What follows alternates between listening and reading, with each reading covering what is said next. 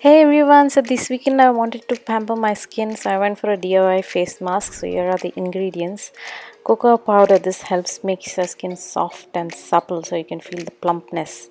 And then the cinnamon powder is pretty strong in flavor, so it helps you in acne and anti-aging. And this is the bentonite clay, which also opens your pores up and cleans it from the inside.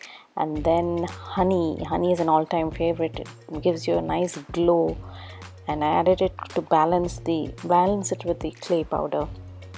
So give it a nice mix. And then the lime is again an all-time favorite. It's very high in vitamin C, so who doesn't want some vitamin C on your skin? So give it a nice mix and your pack is ready.